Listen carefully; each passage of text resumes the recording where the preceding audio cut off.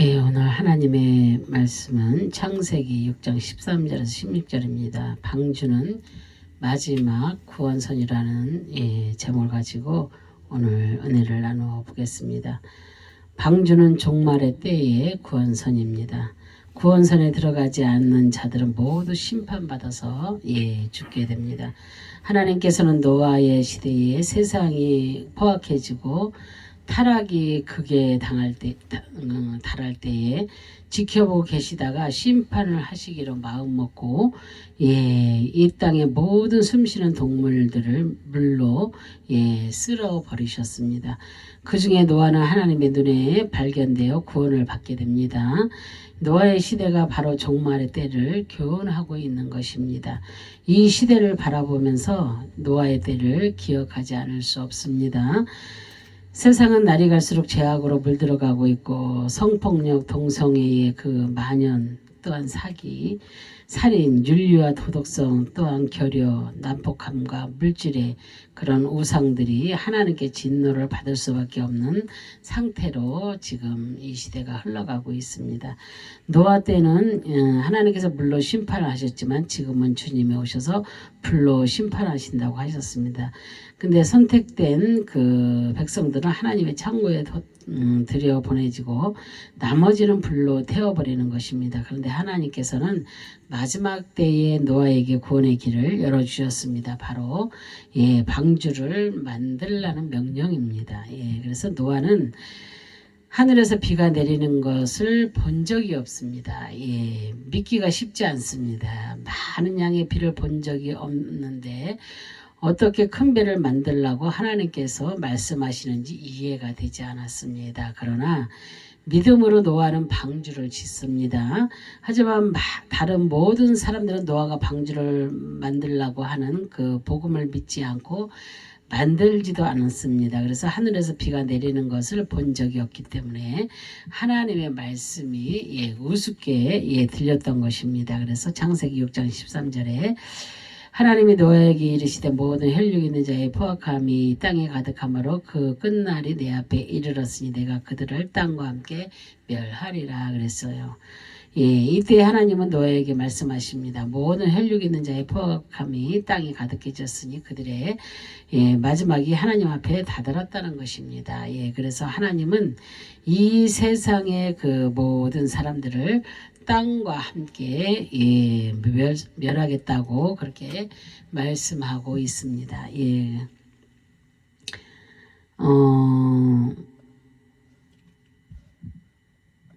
또 그 끝날이 그 끝날이 그랬잖아요. 그 캐츠, 히브리어로 캐츠입니다. 그리고 끝남, 종말이라는 뜻입니다.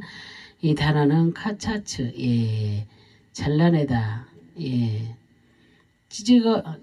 찍어버리다, 끊다라는 뜻입니다. 그래서 하나님께서는 이 세상의 모든 사람들이 포악해져서 죄를 지음으로 홍수를 통해서 심판하시는데 구원해서 잘라내어 영원히 불못으로 떨어지게 하시며 또한 하나님의 은혜를 들어보지 못하도록 끊어버리고 또한 하나님이 주시는 은혜를 전혀 받지 못하도록 나무를 버려 죽이듯이 심판하는 것을 말하는 것입니다. 얼마나 무서운 말씀입니까? 그죠? 하나님은 노아의 때가 마지막 종말이 된 것처럼 말세를 사는 우리들에게 교훈하고 있는 것을 말씀하고 있습니다. 그래서 고린도전서 10장 11절에 보면 그들에게 일어난 이런 일은 본보기가 되고 또한 말세를 만나 우리를 깨우치기 위하여 기록되었느니라 그랬어요.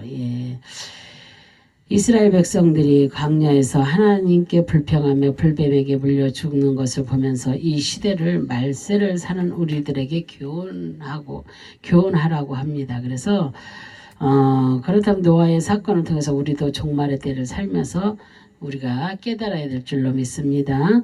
하나님의 심판이 다가오고 있다는 사실을 우리가 깨우쳐야 합니다.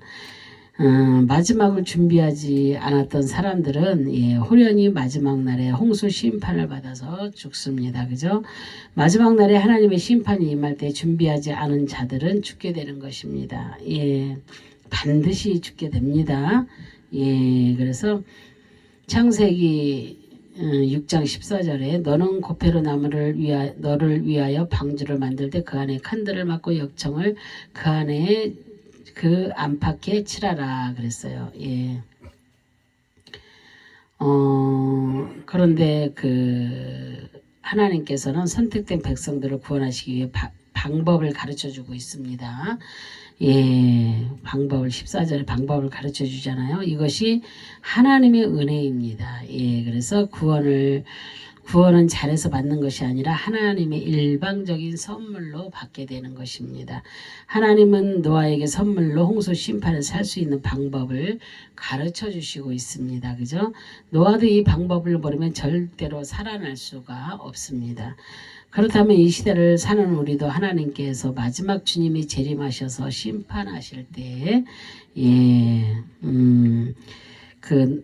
창세기 6장 14절에 너는 고페르 나무로 너를 위하여 방주를 만들되 그랬잖아요. 고페르는 예수 그리스도를 말하는 것입니다. 예.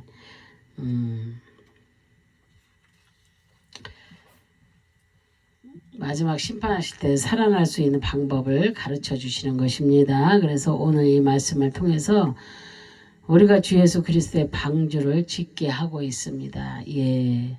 고페르, 달래다, 속죄하다라는 뜻입니다. 하나님께서는 다른 나무도 많은데 고페르 나무를 지명하여서 방주를 지으라고 명령하고 있습니다. 바로 이 나무는 예수 그리스도를 예표하고 있습니다. 고페르 나무에 속죄하다라는 뜻을 가지고 있기 때문입니다. 이 나무로 방주를 짓지 않으면 마지막 재림의 때에 반드시 심판하게 됩니다. 예.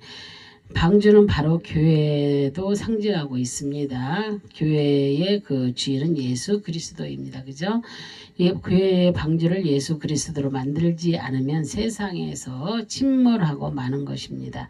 이 시간 우리는 예수님의 교회를 우리가 만들어야 될 줄로 믿습니다.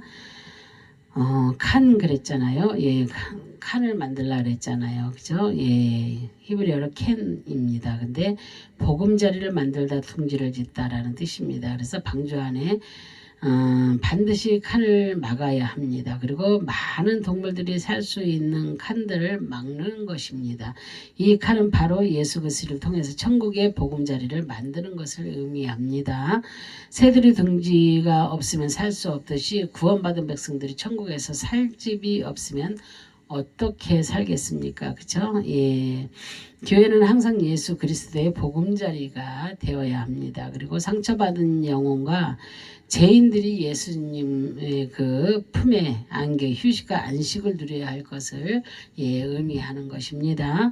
이 시대의 여러분들의 교회가 그 주님의 보금자리가 되고 안식처가 되시기를 바랍니다. 그리고 역청으로 바르라고 했잖아요. 그죠? 역청.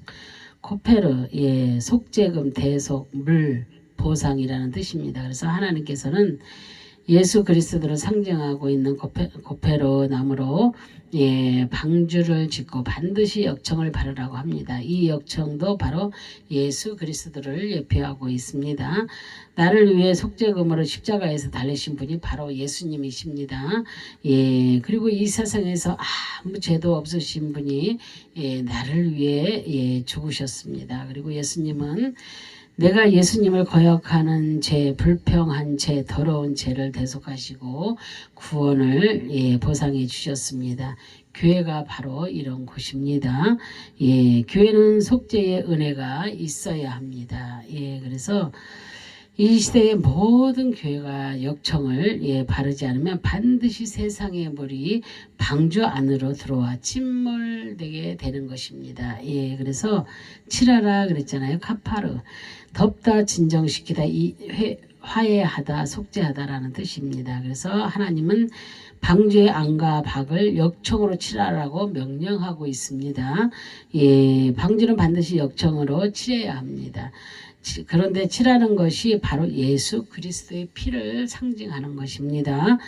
방주의 역청을 칠했다면 이 세상의 교회는 예수님의 피를 발라야 합니다. 그래서 이 피가 발라짐으로 죄인들이 깨끗함을 얻어 속죄를 받게 되는 것입니다. 이 피는 하나님께 멀어졌던 죄인들을 화해시켜서 가까워지게 하는 것입니다.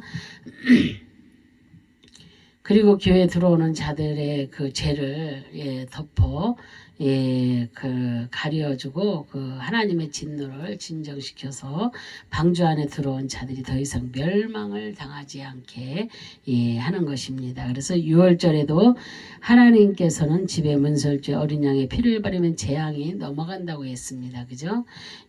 방주의 역청을 발라지면 물이 절대로 들어오지 못합니다. 교회에 예수님 피가 발라져 있으면 세속의 문화가 강단에 올라올 수가 없습니다. 그죠?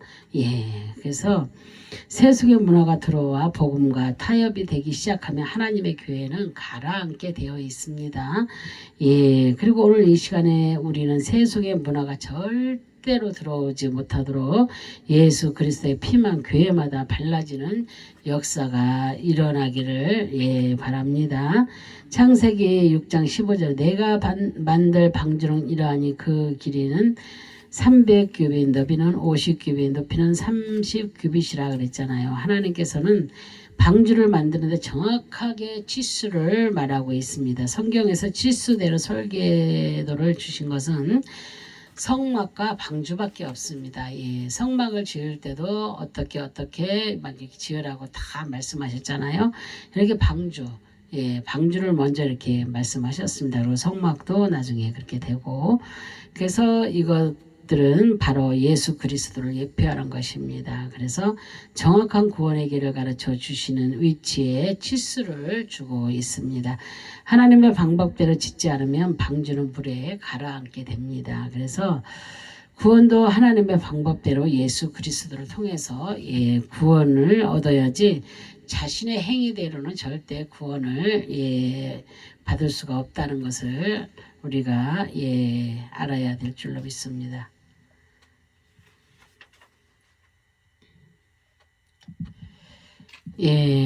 그리고 길이 오레크입니다. 장수하다 오래 살다라는 뜻입니다.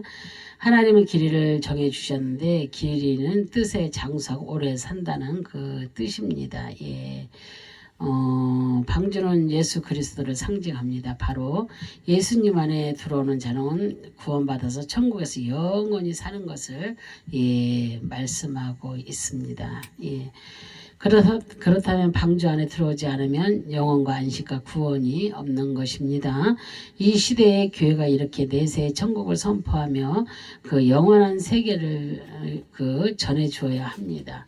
우리가 최종 목적지는 바로 천국이기 때문입니다. 그래서 너비는 노하브입니다. 넓히다, 영혼을 넓게 열다라는 뜻입니다. 그래서 너비 속에 영혼을 넓게 열다라는 뜻이 있습니다. 방주 안에 들어온 자는 세상의 욕심에 따라 사는 자가 아니라 하나님께서 주시는 은혜를 받아서 살아야지 되며, 또한 이 땅에 소망을 두지 말고 하늘에 소망을 두고 내 영혼이 더 주님을 바라보면서 영적인 일에 더 신경 쓰면서 살라는 것입니다.